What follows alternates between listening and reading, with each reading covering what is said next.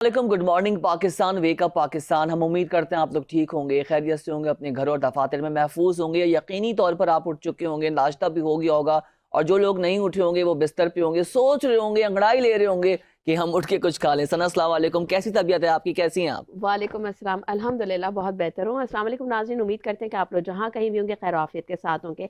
रोहिल, आज एक कोई अच्छी बात मैं शेयर करना चाह रही हूँ।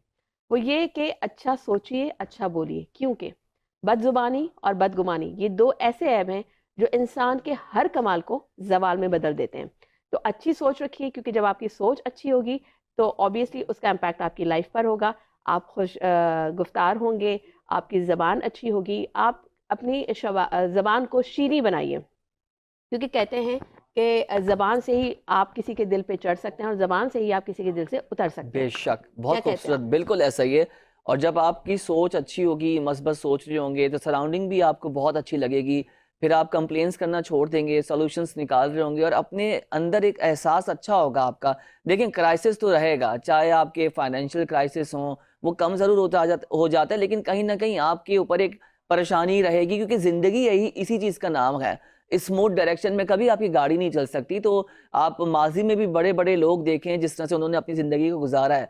तो सना ने बड़ी खूबसूरत बात से दिन का आगाज़ किया कि एक मिसाल बनाएं अपनी ज़िंदगी को, और देखें, सीखें कि हम क्या कुछ बेहतर कर सकते हैं और किस तरह से कंट्रीब्यूट कर सकते हैं माशरे में, और तमाम तर जो चीज़ें आपकी सराउंडिंग में चल रही होती हैं उसके लिए आपको कंपोज और ऑर्गेनाइज होना बहुत ज़रूरी है। एग्जैक्टली। नाज़रीन, आज प्रोग्राम में हम मुख्तलिफ मौज़ूआत पर बात करेंगे।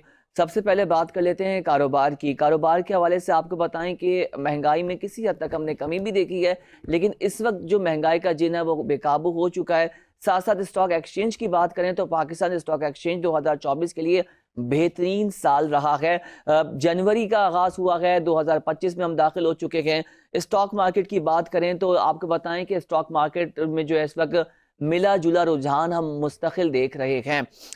ये भी बताएं आपको कि कभी 2000 इंडेक्स में कमी होती है, कभी 1500 इंडेक्स में इजाफा होता है। तो मार्केट इस वक्त अपने आप को मुस्तहकम किए हुए आगे बढ़ रही है। 1,15,000, 16,000, 17,000 में आपका इंडेक्स आ चुका है।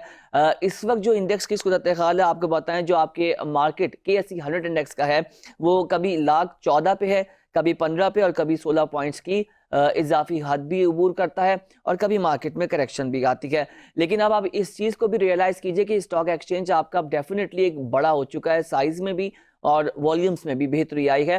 तो जो आपकी अब 200-400 वाले जो नेगेटिव पॉइंट्स हैं ना, उसको आप छोड़ दें, बिकॉज बिल्कुल। 50,000 का इंडेक्स नहीं है। माशाल्लाह माशाल्लाह, आपका माशाल्लाह। इंडेक्स अब आप लाख से सना बिल्कुल, तजावुज कर इकोनॉमी गया भी है। बेहतर हो रही है तो ये अब आप। करेक्शन भी आपको पता है बड़ी तरीके से आएगी। मार्केट बिल्कुल। ऊपर जाते हुए बड़ी अच्छी लगती है, लेकिन डेफिनेटली स्टॉक मार्केट है या कोई भी बाजार है, ट्रेडिंग की उसूल ही यही है कि उसको नेगेटिव भी होना है, और नेगेटिव के टाइम भी वो एक अपॉर्चुनिटी का टाइम होता है कि आप स्टॉक्स उठा लें और हसस उठा लें और उसमें आप इन्वेस्ट कीजिए।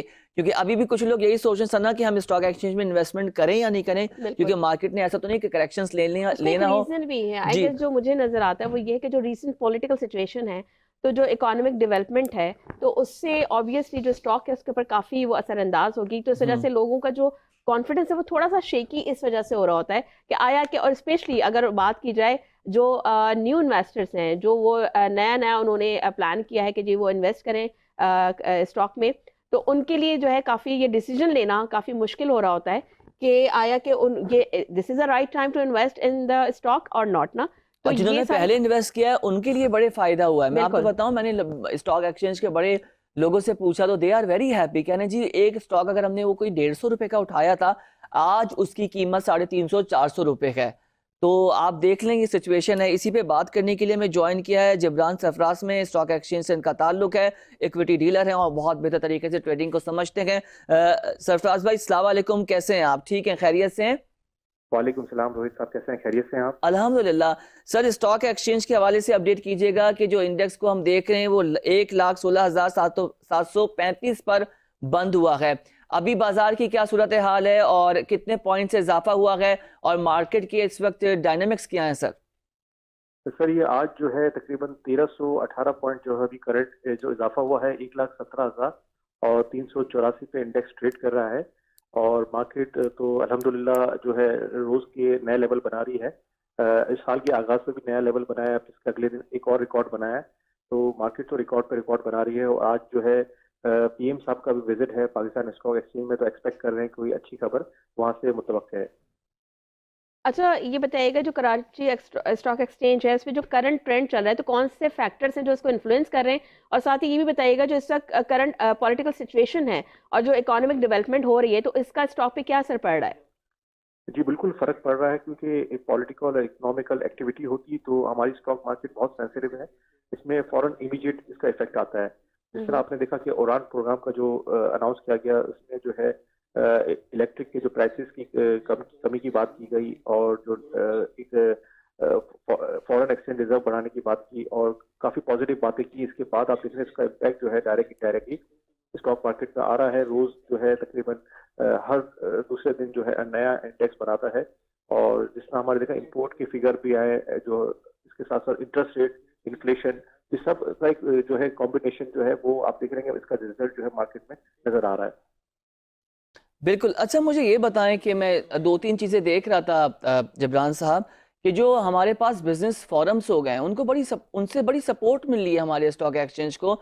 जैसे SIFC की हम बात करें और दीगर प्रोग्राम्स की हम बात करें, फिर गुज़िश्ता साल हमने अक्टूबर, नवंबर, दिसंबर में एक बिजनेस हैपनिंग को भी देखा, बहुत पोटेंशियली हुई है, उसका भी मार्केट को बड़ा इम्पैक्ट आया है। अब मजीद आपको क्या लग रहा है कि उसी तरीके से मार्केट ने आगे मूव ऑन होना है, या इसी तरीके से अभी मार्केट चलनी है आपकी? क्योंकि अक्टूबर, नवंबर, दिसंबर में हमने 10-10 हज़ार के पॉइंट से या 5-5 हज़ार पॉइंट से हमने मार्केट को आगे जाते हुए देखा है। रमजान से पहले क्या लग रहा है कि स्टॉक एक्सचेंज की जो मार्केट है वो कितना मजबूत तरीके से आगे बढ़ेगी? अगर करेक्शंस आएंगे भी तो वो किस नौयत के आएंगे?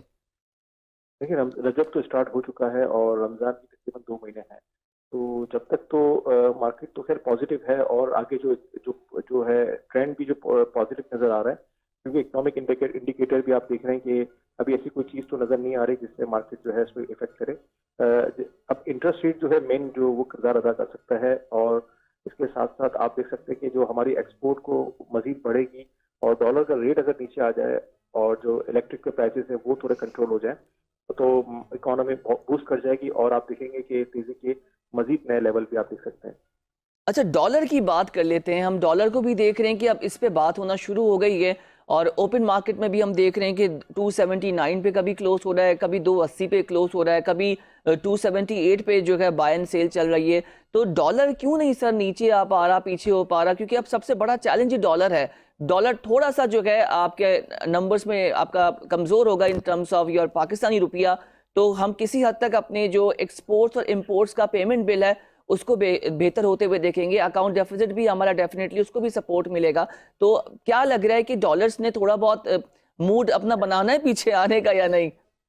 देखिए हुकूमत कोशिश तो कर रही है कि जिस तरह डॉलर का इन्फ्लो पाकिस्तान में इन्फ्लो ज्यादा हो, जिससे डॉलर की जो डिमांड है वो कम हो और रुपये की डिमांड जो है वो बढ़ जाए। तो अगर आप लास्ट ईयर की बात करें तो एक्सपोर्ट की फिगर देखें तो 6 महीने की हम बात करें तो 14.9 बिलियन की हमारी एक्सपोर्ट थी, और अब जो है 16.5 बिलियन तक पहुंच गई है 6 महीने में। तो तकरीबन 10.52% जो है वो इजाफा हुआ एक्सपोर्ट में। तो मजीद इसमें अभी गुंजाइश है, मतलब अभी पोटेंशियल है, तो इसको हम एक्सपोर्ट को बढ़ा सकते हैं। IT एक्सपोर्ट है, टेक्सटाइल है, और जिस तरह हमारी जो मेन मसला जो है कॉस्ट ऑफ प्रोडक्शन का है, जितनी कम होगी कॉस्ट ऑफ प्रोडक्शन, इलेक्ट्रिक के प्राइसेस, आपके इंटरेस्ट रेट, और ये जो जितने भी कॉम्बिनेशन है बिजनेस, एज ऑफ बिजनेस, जिसमें आसानी हो, तो इस एक्सपोर्ट भी हम बढ़ा सकते हैं। और इसके साथ साथ कल हमारा जो UEC जो खबर आई थी, $2 बिलियन का जो रोल ओवर किया है, तो ये भी खुशाइन बात है, जिससे डॉलर का जो रेट है वो स्टेबल रहा है, और मजीद थोड़ा सा और इन्फ्लो आएगा तो डॉलर और नीचे हो जाएगा। अच्छा, ठीक है। जबरान, ये बताइएगा कि इस वक्त आपका एनालिसिस क्या कहता है, क्योंकि ज़ाहिर है आप इस पे बगौर, आपका काफ़ी इस पे आप महारत रखते हैं।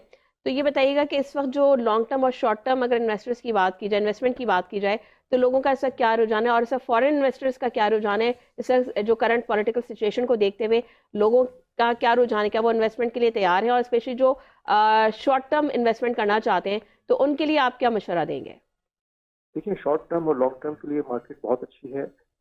मार्केट में जब भी करेक्शन आए तो एंट्री लेनी चाहिए अच्छे शेयर्स में, अच्छे सेक्टर्स में, और साथ साथ अपनी जो कैपिटल के हिसाब से जो है इन्वेस्टमेंट करना चाहिए। क्योंकि अभी हम देखा जाए तो बहुत, वैसे तो हम आगे हैं, इंडेक्स 1,17,000 18,000 का जो बनाया है, लेकिन इन टर्म्स ऑफ डॉलर हम बहुत पीछे हैं, क्योंकि 2017 में जो आपने मार्केट थी वो $100 बिलियन की थी।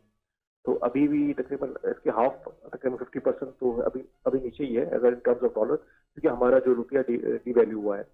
तो अगर रुपया हमारा अगर अप्रिशिएट होता है और साथ साथ जो दूसरी चीजें बेहतर होती हैं, तो फिर नए इन्वेस्टर को चांस मिलता है, क्योंकि ये स्विच करता रहता है, कभी बैंक सेक्टर चल रहा है, कभी फर्टिलाइजर चल रहा है, तो सेक्टर वाइज मार्केट चल रही है। तो जिस सेक्टर में अभी जिसमें अभी जो डाउन है उसमें इन्वेस्टमेंट करना चाहिए और वेट करना चाहिए कि जहाँ जो बढ़ चुके हैं वो सेक्टर, उनको बेच के स्विच करना चाहिए। गेम ऑफ डिसीजन है। अच्छा, मुझे ये एक और चीज़ बताइएगा कि लग ये रहा है कि हम अगर चीज़ें कम नहीं होती या रिवाइज़ नहीं होती या पॉलिसी रेट भी स्टेबल रहता है कि जो अगला बजट है जिब्रान, उससे पहले ऐसे ही मामलात चलेंगे, क्योंकि काफ़ी चीज़ें इम्प्रूव हुई हैं, हमने देखा है। और इस वक्त बिल्कुल गुंजाइश नहीं है, अगर ये नंबर्स इंक्रीज़ होते हैं तो फिर एक बहुत बड़ा चैलेंज होगा हमारे लिए, क्योंकि आपने देखा है कि अभी ईयर क्लोज हुआ है, अगले ईयर की प्लानिंग हो रही है और अगला बजट भी जब आएगा तो उसमें डेफिनेटली चीज़ों ने इंक्रीज़ ही होना है। फिर देयर इज़ समथिंग कि वो जो पॉलिटिकल सिचुएशन चल रही है अनसर्टेन, और जो सियासी मामलात हैं वो कितने मुस्तहकम और गैर मुस्तहकम होते हैं, उसका भी एक इम्पैक्ट आना है। तो मुझे बताइए कि जो जून है उसके हवाले से आप स्टॉक एक्सचेंज और जो इकॉनमी है उसके क्या मामलात देख रहे हैं, कितने खैर ख्वाह हो सकती हैं चीज़ें? देखिए, हुकूमत ने भी अच्छी पॉलिसी बनाई थी कि नॉन फाइलर पे प्रेशर किया था कि वो फाइलर बन जाएं और जो है टैक्स में साथ दें, क्योंकि ये ज्यादती हो जाएगी। जो फाइलर है जो टैक्स अपना प्रॉपर पे कर रहा है और एक बंदा है नॉन फाइलर है वो टैक्स पे नहीं कर रहा है, और वो जिससे जो है हमारे मुल्क को जो है एफपीआर का जो टारगेट है वो भी अचीव नहीं होता।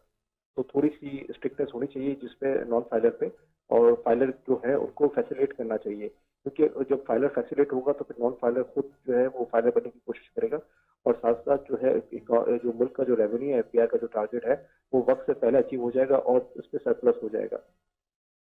ठीक है जिब्रान, आप ये बताइएगा क्योंकि जो साल 2024 था वो बड़ा बेहतरीन साल साबित हुआ स्टॉक के हवाले से अगर बात की जाए, क्योंकि उससे आपकी इकॉनमी पे भी बहुत बहुत फ़र्क पड़ा है। तो आप अभी तो खैर साल की शुरुआत है, ज़रा जनवरी है, पहले ही महीना है साल 2025 का। आपकी प्रेडिक्शन क्या कहती हैं कि ये इस साल में भी क्या 100 इंडेक्स जो है वो काफ़ी रिकॉर्ड कायम करेगा? जी, फिलहाल तो अभी तक तो जो है अभी तक तो कोई ऐसी कोई नेगेटिव चीज़ तो नहीं आ रही है, कोई ऐसी चीज़ तो रुकावट तो नहीं आ रही। तो मार्केट फिलहाल पॉजिटिव है। आप देख रहे हैं कि इन्वेस्टर की तादाद भी बढ़ रही है और इसके साथ साथ वॉल्यूम भी डे बाय डे नया रिकॉर्ड बना रहा है, और जो है मार्केट भी बुलिश ही है। तो लगता है ये कि जो आने वाले दिनों में नए रिकॉर्ड बनते रहेंगे। अच्छा जिब्रान, ये भी बताइए कि हम गोल्ड प्राइसेस भी देख रहे हैं कि उसमें भी कभी फ्लक्चुएशन आ रही है, कभी बहुत कम हो रहे हैं, कभी बहुत ज़्यादा हो रहे हैं।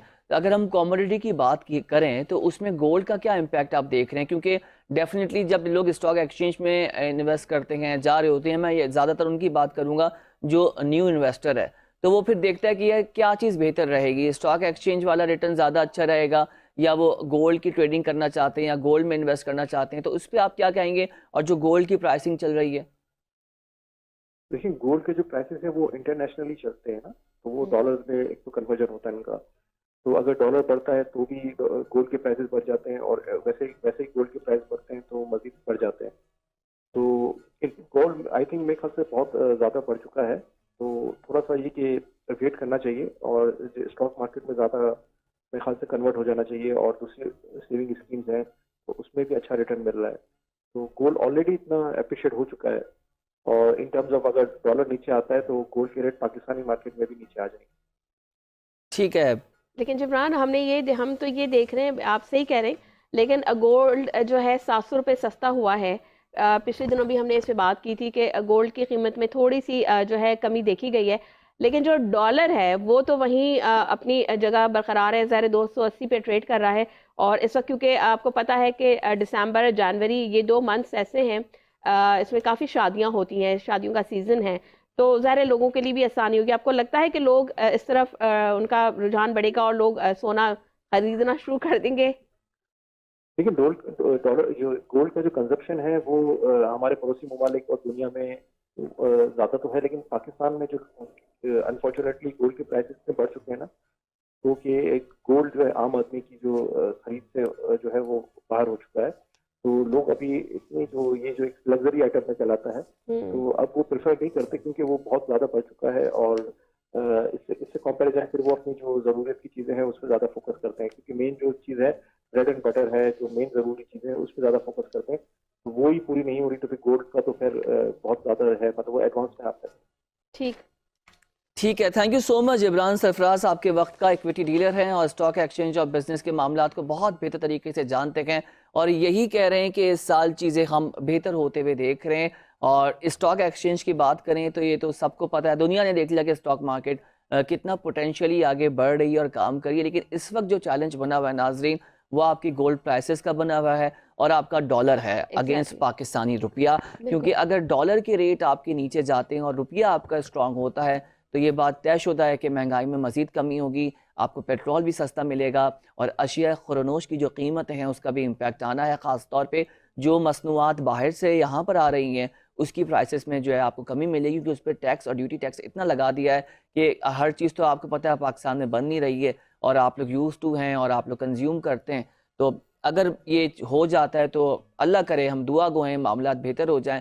और ये अंदाज़ा भी लगा सकते हैं बिकॉज चीज़ें सियासी तौर पर अगर बेहतर होती हैं और गवर्नमेंट में भी हमने देखा वो सनक चल रहा था ना लड़ाई झगड़े वाला मामला, वो भी अब थोड़ा दोनों तरफ से लोग नॉर्मल हुए हैं। गवर्नमेंट की बात करें और जो अपोजिशन के लोग हैं, ख़ास तौर पे बानी के जो हल्का है सियासी तौर पर, वहाँ भी मुज़ाकरात हो रहे हैं। ये अच्छी चीज़ है, ये होना चाहिए और ये इनको पहले ही समझ लेना चाहिए था।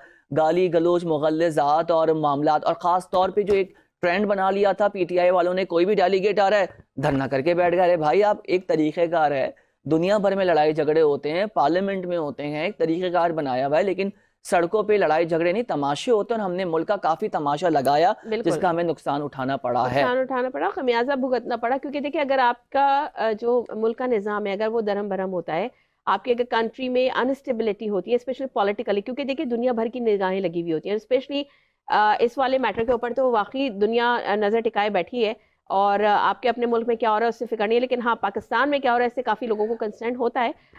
ठीक है, किसी हद तक आप इसको जस्टिफाई कर सकते हैं, लेकिन आपके अगर स्टेबिलिटी होगी, पॉलिटिकल स्टेबिलिटी होती है तो डेफिनेटली आपका मुल्क भी तरक्की करता है, आपकी इकॉनमी बेहतर होती है, फिर फॉरेन इन्वेस्टर्स भी आते हैं, जैसे अभी हम बात भी कर रहे थे। तो क्योंकि देखिए पाकिस्तान वो मुल्क है जहाँ पे फ्रीडम ऑफ स्पीच है, आपको बोलने पे कोई पाबंदी नहीं है, एहतजाज पे कोई पाबंदी, लेकिन पुरअमन एहतजाज कीजिए, अपनी जो भी बात पहुंचानी है। इसी बात पे फ्रीडम ऑफ स्पीच की बात पे अब ब्रेक बनता है क्योंकि बहुत सारी बातें दिमाग में आ रही है। एक ब्रेक लेते हैं, ब्रेक से जब वापस आएंगे तो मजीद बात करेंगे। Stay with us.